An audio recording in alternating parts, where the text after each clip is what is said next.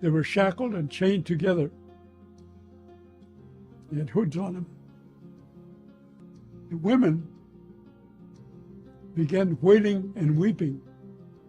One of the prisoners in a loud voice said, "Namach umpo metakwepi, hear me, my people. Today is not a day of defeat. It is a day of victory.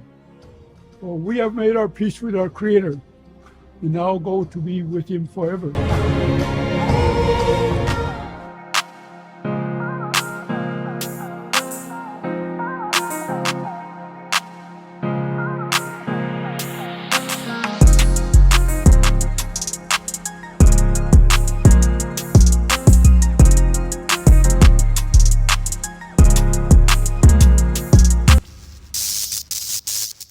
System malfunction.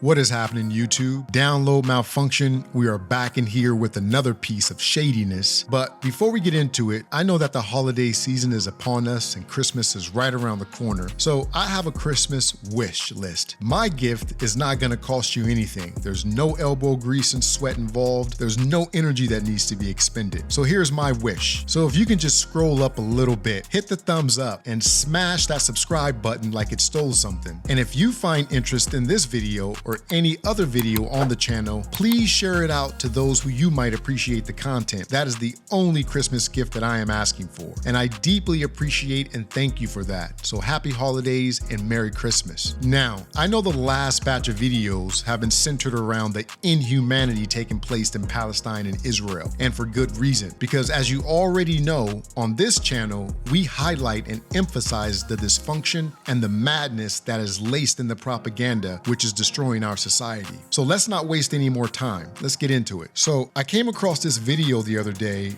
where this elder indigenous gentleman was recounting a historical event that really isn't that surprising to me considering, but it did shock me because I had never heard about this unfortunate event. Abraham Lincoln, who was the 16th president of the United States, he served from 1861 to the time of his assassination. I think it was 1864. He was responsible for this horrific massacre. Listen, I might be the only one who didn't know this, but I was surprised because I thought that I knew the bulk of Abraham Lincoln's history, at least from a political standpoint. Everyone knows that he is revered for the emancipation of slavery in 1865, and he is placed at a particular esteem because of that. Most people also know that his decision to emancipate human beings from the worst form of chattel slavery wasn't out of the kindness of his heart, and that it wasn't done for any noble reasons. Everyone also knows that he only did this for political reasons, which was to keep the Union intact. It's sort of like someone coming up to you and asking you for $1 million. You're probably gonna go tell them to pound sand. But if that same group of people came up to you and had your children at gunpoint and asked you for that same $1 million, your answer is gonna be drastically different. So the story goes, as it relates to this horrific event, is that there was this band of Indians who had already been corralled on sort of like a reservation. So one day there was this rogue cow that happened to wander onto this cordoned off reservation. And the cow was owned by a local farmer who eventually found out that that's where his cow had wandered off to. And the Indians all came forward and said, hey, yeah, this may be your cow. There was no markings on the cow. There was nothing to identify that it was owned by anybody. So the farmer, instead of just taking the cow, he said, I don't care anything about the cow. I want the man. So he was looking for retribution. Now, keep in mind, the Indians had no problem in returning this unmarked cow to its rightful owner, but the evilness in this person assumed that these Indians had stole his cow. And in a massive show of apology, the Indians said, hey, listen, for that one cow, we will offer you 40 cows to apologize for what you think is a crime. But the farmer wasn't having any of it. He wanted justice, so he asked for the accuser to step forward. And more than 500 of these Indians all stepped forward and said, I am guilty. So they all took solidarity.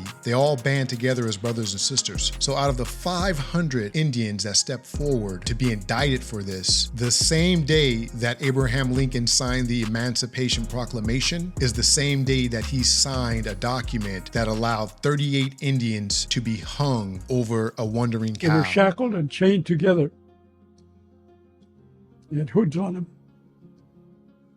The women began wailing and weeping. One of the prisoners in a loud voice said, "Namach umpo metakwepi, hear me, my people. Today is not a day of defeat. It is a day of victory. For we have made our peace with our Creator, and now go to be with Him forever. Remember this day to tell our children so they can tell their children that we are people who die a noble death. Do not mourn for us. Rejoice with us. It's a good day to God."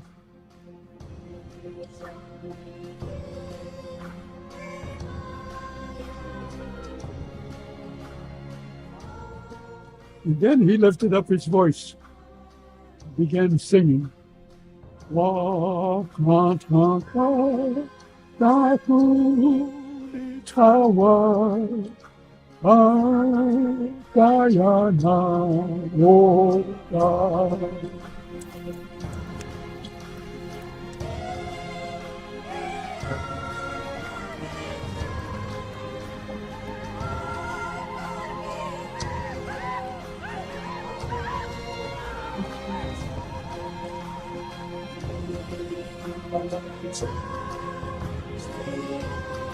I think it's understood that American history is one filled with a massive amount of brutality and persecution. I also find it interesting that a lot of these stories are kept hidden from the population. It's almost like they just don't want to talk about it. Sweep these horrible events under the rug so they never have to be seen and no one ever has to face the music. No one ever has to answer to this. The American government never has to, provide reasons to why humanity is treated so horribly at different points in our history. I think that the American government does a fantastic job of keeping people in the sunken place.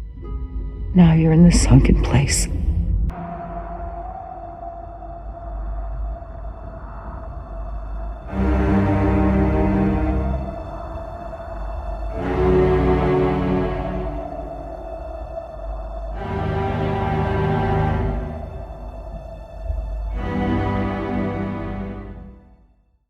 And keeping the population relegated to that sunken place prevents them from seeing the world as it really is. And the only conclusion that I can come to is that it's engineered this way. They don't want you to know. They don't want you to look around and realize that everything that you see in terms of America being in a first world position was acquired by some heinous crimes. Crimes that have taken place for centuries. So for those of you who consider yourselves historians or those who are on their way to college to study to be a historian, I think the answers may lie in a lot of our libraries, but I strongly believe that what your instructors or your professors are going to put in front of you are really going to be watered down parts of history that's not going to give you the full representation or tell you the full Lincoln truth. signed the Emancipation Proclamation the same day he signed this country's largest mass execution of 38 Dakota men for supposedly stealing a cow that wandered onto their given reservation boundary.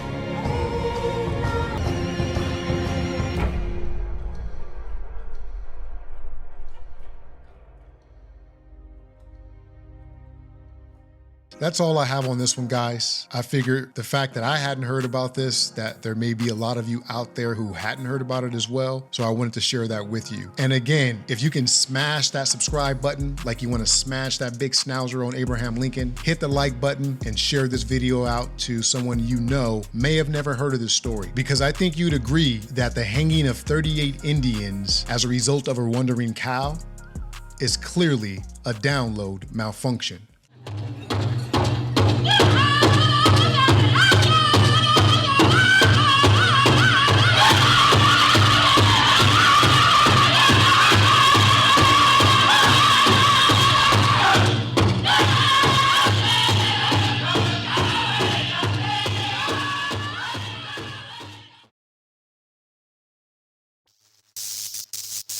System malfunction.